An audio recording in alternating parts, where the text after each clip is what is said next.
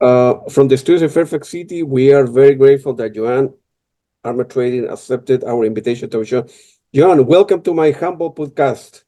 Thank you very much. Ikase, Um, sukase. no problem. JOAN, let's go back to the beginning. For people that don't know about you, how did you start in music to begin with? How did I start in music? I always say that I was born to write. This is why I'm here on this earth. I'm very happy and lucky that I know why I'm here. Nobody taught me how to do what I do. It's just a very natural thing for me. Yeah. And my mother bought a piano, put it in the front room, and as soon as the piano arrived, I started to write my songs. Literally just the piano arriving. My father played the guitar, but he wouldn't let me play his guitar and he wouldn't show me how to do anything on it. And because of that, I wanted to play the guitar. So I saw a guitar in a pawn shop, got my mom to swap two old Prams for the guitar, which cost £3 at the time. And that's how I got my first guitar, and I taught myself how to play that and the piano. So everything I play is self taught, and how I write is just my natural way of writing. One of the when I write, I can kind of hear the what's supposed to happen with the different instruments and the arrangements. And one day I heard Wynton Marsalis say that when he writes, he can hear all the arrangements. So that was really great to hear somebody else say it as well. Gotcha. No, that's a beautiful story. My understanding is that you unfortunately end up leaving a school at the age of 15 to help your to help support your family, right? Yes. Yeah, man. I think you brought a guitar to your workplace and they didn't like that much. Yes, that's right. I brought my guitar to I'd carry that guitar everywhere I went. Actually, I was quite obsessed with learning how to play. Yeah. And the woman who is my boss um, didn't like that. Her boss asked if I would teach his daughter to play the guitar, and it was after that she gave me the sack. Yeah. So, Yeah. Yeah. um, but that's fine. I mean, the whole of where I am uh, is is the way it is because of all the different things that have happened to me throughout my life. So each thing resonates Yeah. and has a consequence with the next thing. So I'm quite happy. That's not a problem. Yeah. And I always like research your life a little bit, and I'm amazed that with the struggles and financial problems and being a woman and being a woman of color or male dominated field, whatever the reason, you never give up and you keep on working, you keep on knocking on doors. And where that motivation come from, Joanne, if you don't mind, if you look back in your life and you came from humble means and you have done very well in your life. What's the motivation? Yeah. Well, the motivation is just being alive. I'm here. I'm on this earth. I wake up every morning and I actually open my eyes and I'm able to get out of bed, look Yeah. around me, see stuff, meet people. That's really all you need to be motivated. Since you're here, Yeah. is to be alive and to be aware of Yeah. what's around you. And because I love what I do so much, and as I say, it's a natural. It is a gift. I did nothing for it. I can't really take the credit for it because I did nothing for it apart from be here. But I'm one of the lucky ones who has that natural talent of being able to write. I can write lyrics. I can write music. I can do arrangements. I can play instruments, and all just for just being able to do it. Of course, you have to, play and stuff like that, but none of it is a real struggle. It's hard to play the guitar. The guitar is not the easiest thing to play. But if you're determined, then you just do it. And I don't think in terms of male dominated and being a female and being somebody of color. All of that doesn't come into my head. I just think, what do I want to do? It's very simple. There's no frills to it. There's no kind of, I'm not thinking I'm not, I shouldn't be doing this and it's not possible to do that. I don't think like that. I just think, what do I want to do? And then I try and do that. But it makes life very simple, very easy, very relaxed. And I like being comfortable. I don't like to give myself headaches and problems, you know. So I stayed quite. And this is how I've known myself all my life. Well, how I am now at 74 is how I've known myself at 22 and 10. I don't know any different because I'm the only one that I know, you know, as a me. So Yeah. it's easy to stay as I am. Amazing. Sometimes we put we like they call it here in the United States, we drive sometime we drown in a glass of water. You know, it's Yeah, if you have a goal, you need to go for it, right? I'm an immigrant here in the absolutely. United States as well, so a lot of people told me know this to know that, and I don't care. I just have my goals and I want to accomplish them. You know, if I need to knock 20, 12 doors or 11, you in life you need to go for it. You know, so whatever. Absolutely. You Yeah, know, yeah. so what was it like to be invited by Bob Dylan to perform that seminal concert in I think in 1978, if I remember correctly. 78. Yeah, Yeah, yeah, yeah, no, that was fantastic. And all the people that he had on the bill, and it was his concert. It wasn't a festival, it was his concert, but he wanted yeah. more people to be there with him. So I was invited, Lake, Graham Parker, Eric Clapton, and myself. And these are all his choices, which was fantastic. And it still remains, I think, the most attended concert for like a single artist. You know, all the other things are big festivals, billed as that initially.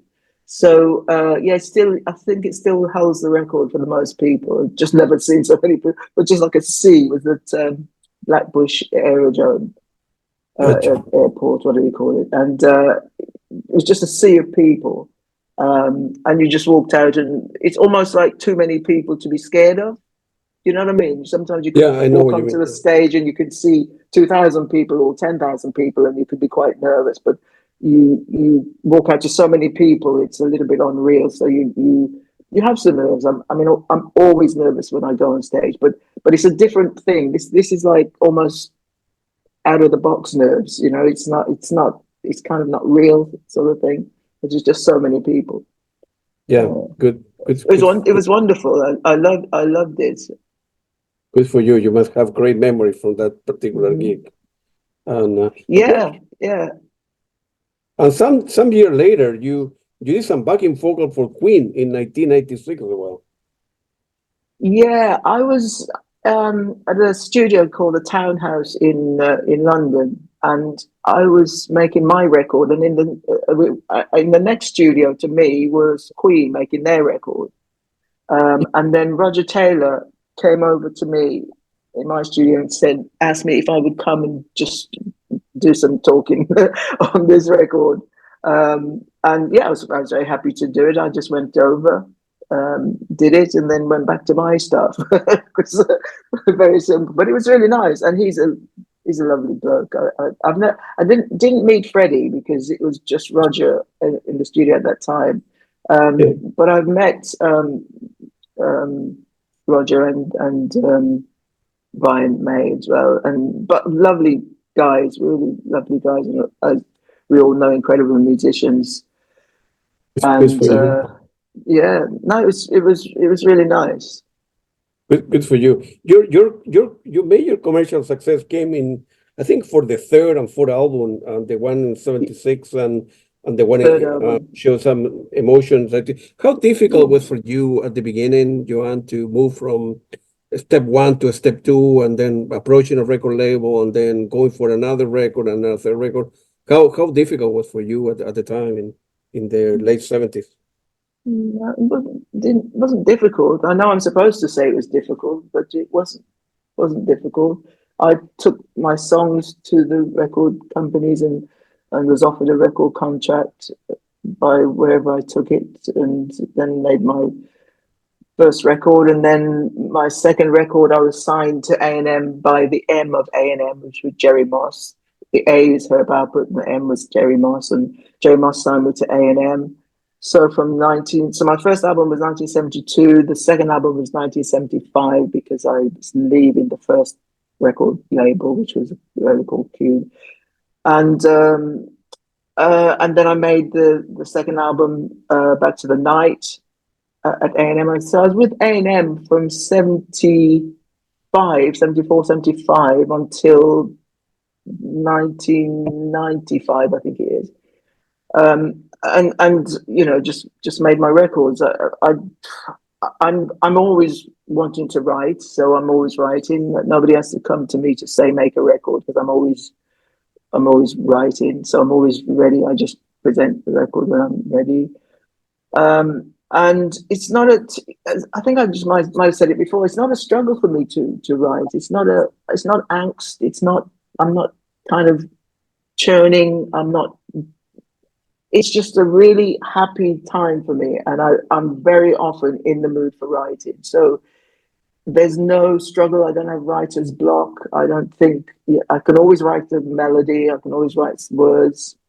It, I probably shouldn't say it because it makes it sound too easy, but because I don't find it a struggle, that's all I can say, really. Good for you, man.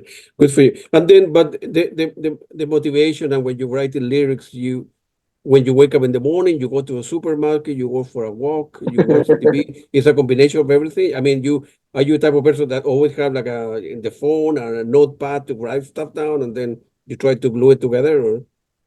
Yeah, I don't do a lot of writing. I do write things down sometimes, but I Yeah. don't do a lot of it. I saw Eminem once doing an interview, and he had like a massive pile of papers where he jots down notes all the time. And I was wondering how often would he refer to those notes when he was writing a song. And I'm guessing not very often. I'm guessing that most of what he's writing is very fresh rather than referring back.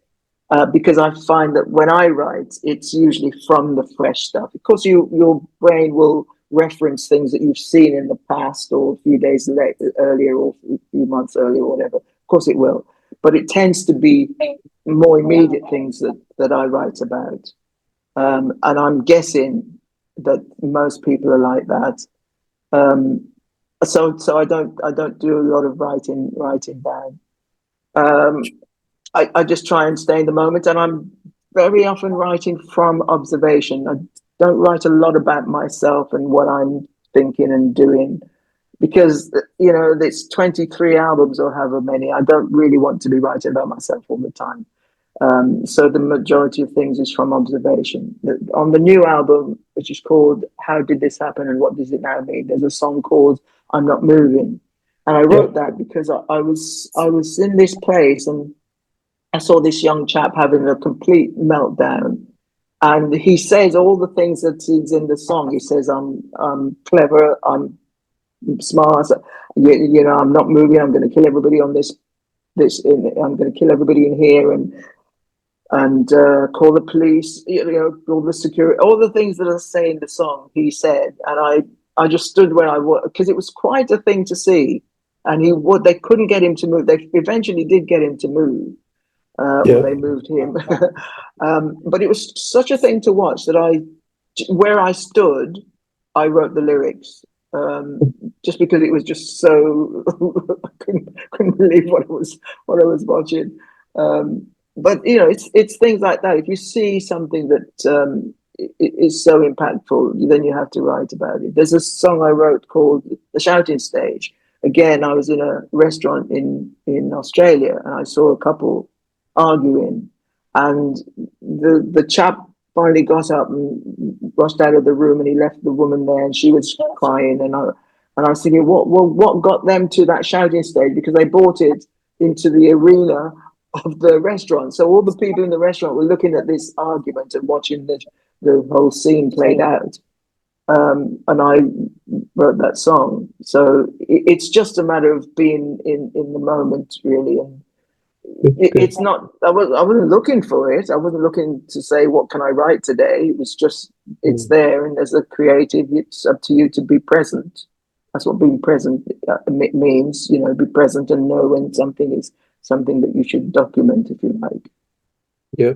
And obviously you can see things in the world, but you have the ability to capture there in terms of lyrics, in terms of wording, and in terms of music, and that's why I imagine that's your gift to put it together. You know, Yeah, but that's what creative people do. So I'm not the only one. You mentioned Bob Yeah. Dylan. Look at what he does.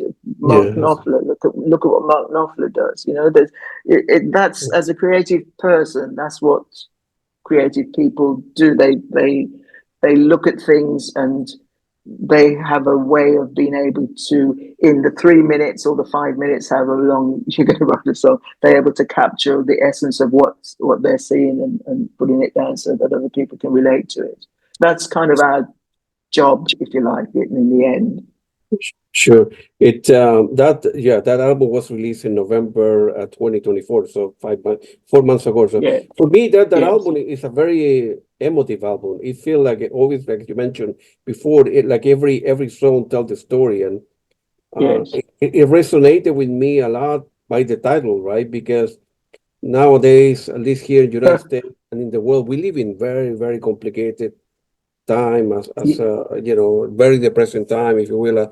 As a human society, as a human being, I don't know, maybe we are doomed as a society, as human beings. Russia and Ukraine, Palestine, the president of the Yes. United States now, and Israel, Yes. and blah, blah, right? Yes. Why we cannot pay, and, not everybody need to go to church, or not everybody need to be Catholic or Christian, but just being human being, Joanne, seeing in the Yes. world, seeing that people are less fortunate you do, try to do the right thing in life, don't take advantage of people, whatever. That has nothing to do with religion. I wonder Yes. why people don't do that. What's your opinion on Well, that kind of stuff? well, here's the sad part. I think the majority of people in the world are good people. The majority of people in the world would say exactly what you've just said. Majority of people would look after somebody else and would respect somebody else's opinion and beliefs and whatever. The majority of people are good, God-fearing, or whatever they think, atheist, God-fearing, whatever, it doesn't matter. They've got goodness in them. But there's an element that's a smaller group who are so noisy and so loud that they give the impression that they are the dominant, and that I personally believe they're not the dominant, but because they're so noisy, so loud, so vocal, so kind of in your face, that people think that's it, and that some of the things that those people do push down what everybody else wants to be at the forefront. And people, because they're good people, they try and appease them, and they try and make things work for them. And so you get situations where, somebody can insult you, but you mustn't insult them back. Or somebody must have an opinion, but you mustn't have an opposite opinion. Two people can't have opposite opinions and still be friends.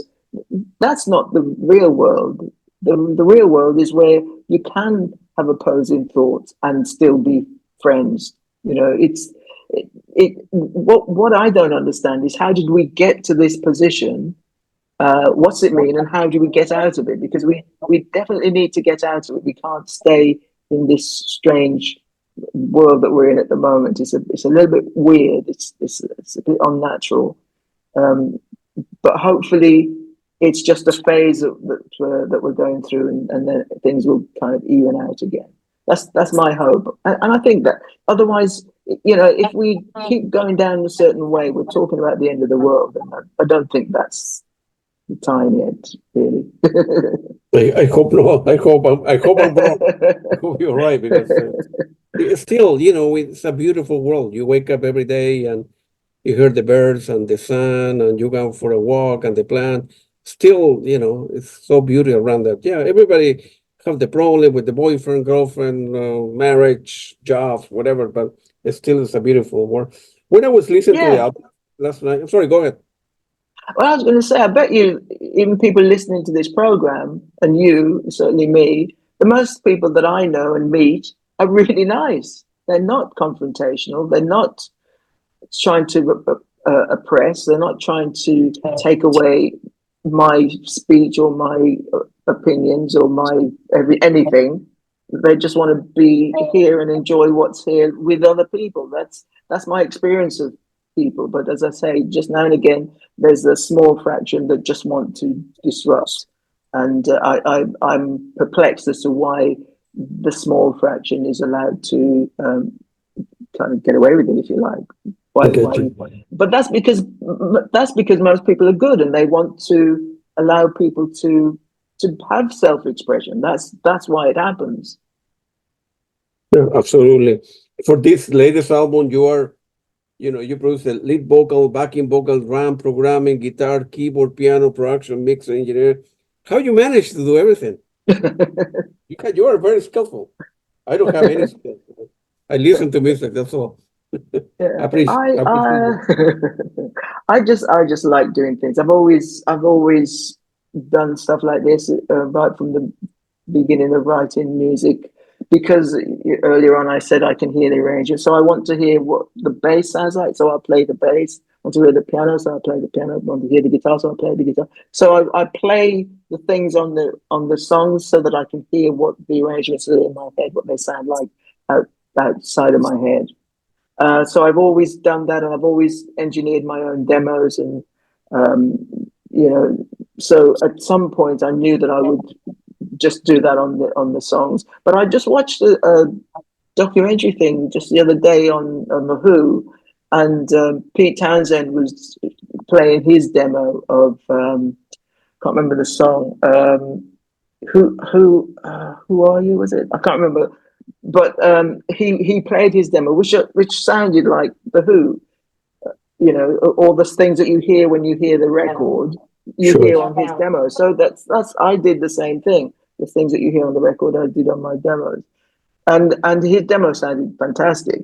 The only big difference was that he didn't play the drums like Keith Moon, but it still sounded like a Who record, and the arrangements and the structure of it and the sound of it was still his. So um, again, I'm not the only person that does stuff like that. But I don't know that there's a lot of people who will do everything in the same way, you know. But I'm one of the people who can do it, so it's a nice thing to be able to do. Good for you. I was reading in a previous interview that although you've been, Grammy Award nominated, Brit Award, Best Female Artist, your your your proudest achievement is for you to have received your BA in history from the Open University. Is that correct? Yes, because I studied for 5 years, so I had to take all the exams. It's not an honorary, although I'm very honored to have honorary degrees. It's a lovely thing that they think of you and stick with it and actually give you the the honorary degree. But to actually take my exams, write out my essays, post them back, go and sit my final exam, get my certificate, my BA honors degree. That's just feels absolutely fantastic. And it was great the day that I went to get my degree along with all the other students who are getting their degrees, and everybody just being really happy, and everybody feeling proud of themselves, and all the family members feeling proud of that person. It's an absolutely brilliant time. That degree ceremony is absolutely brilliant time, and it's great to be somebody who watches it, but to be somebody who is a part of it, like coming up to. It's very exciting. It's really I'm getting excited just talking about it. Good for you. Yeah, good for you. Yeah, yeah. I was a troublemaker, so my parents were very pissed off at me. But when I came to the United States, I got serious in my life, and I went to school as well. So I know exactly what you mean. It's Yeah, you work hard, you stay late, drinking coffee or tea, whatever, until 1 o'clock in the morning. You need to wake up, go to job, and eventually you collect enough grade, and it's graduation time, which is a beautiful, beautiful feeling yeah. to And have I did my degree with the Open University, so I was doing my writing my essays and everything whilst I was on tour. So I'd be in Australia, for instance, and I'd have to get my essay back to England. And at the time, there was email. It was kind of in its early stages, and the university wouldn't allow you to email things. So I had to post it from the different places, which meant that I had to finish my essays earlier than people so that I could get it posted back to Wow. yeah, I know. So I'd be in Australia or Canada or America, wherever, and I'd have to be early and post it and get it back to them to be on time, because obviously you get penalized if you're late and stuff like that. So yeah. Yeah, good for you. I think I read somewhere a lot of people, young musicians, they look back on their life and say, well, I started writing lyrics and music because I was influenced by Johnny Mitchell. In your case, you didn't have an influence. She hadn't started making records at the time, so you did everything on your own. Yeah, I hadn't heard, I don't think she'd made a record when I started. Yeah, good for you. No, it was literally because my mother bought the piano. That's what did it. My mother buying that piano and putting it in the front room. As soon as it came, I just started writing because I used to write funny little limericks and little jokes and little funny stories and things like that I used to do. And then when the piano arrived, I started to write lyrics as opposed to limericks and just write my songs. But as I say, because it was a natural thing, it just came naturally to me to do it. And so yeah, there wasn't a big influence. I remember when I was at school, the school kids would have people in their desks as idols and stuff. I didn't have anybody in my desk. I didn't go that route. I'm very aware of music. Don't get me wrong. I know music. I didn't invent it. I know there's lots of different genres of music, and that's why I write different genres of music, because I'm aware of the different genres and I love the different genres. But I'm not necessarily listening to somebody and think, oh yeah, I'll do that one or I'll do that one. I just know that all the music is there.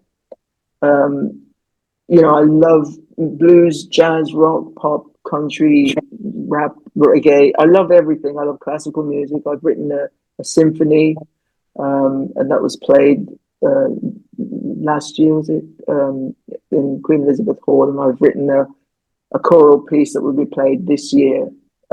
So I just love music. It's kind of as simple as that for me. Good for you. I only have a couple questions left, I think. They allocated me 25 minutes or so.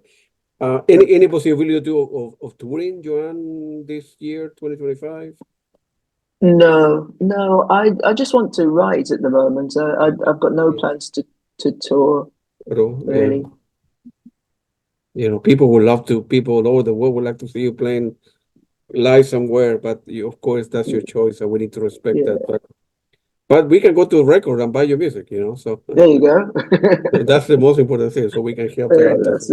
That's it. Music, as I said before, is a beautiful thing in life, Joan, and hopefully, we can solve our differences in the world and, help one another and we can survive, so. And that's the beauty of music, because you've got music that can please everybody. I've mentioned all the different genres, but there's people. I love Justin Bieber. There's people who love Justin Bieber, and Justin Bieber is going to be the be all and end all for them, or it's going to be Ed Sheeran, or it's going to be I don't know. Can't think of somebody. What's the name that I really like? Please. Sabrina Carpenter, really lovely records. Shabuzi, I love Shabuzi. There's different music for everybody. Everybody has something that they really like, and means a lot to them. And so we need lots of different people, and we need lots of new people to come along as well. You can't just rely on older artists to keep it going, because older artists won't be here forever. So you need new musicians to keep music alive. So luckily, we do have some good artists coming up as well. You are a very humble young lady, Joan, and you have a wonderful song, voice. Your songs are great, and in many ways, this is an album to, like they call it here in the United States, to stop and smell the roses, so to speak. So. Nice. It was very nice talking to you, Joan. Good luck to you and everything you do. You bring in a lot of happiness to this world. So hopefully we can get together this year and get a cup of coffee or whatever we go. Right. Claudia, thank you. Thank you very much. I appreciate it. Have a great afternoon down there. And you. Sure. And you. Thank you. Bye.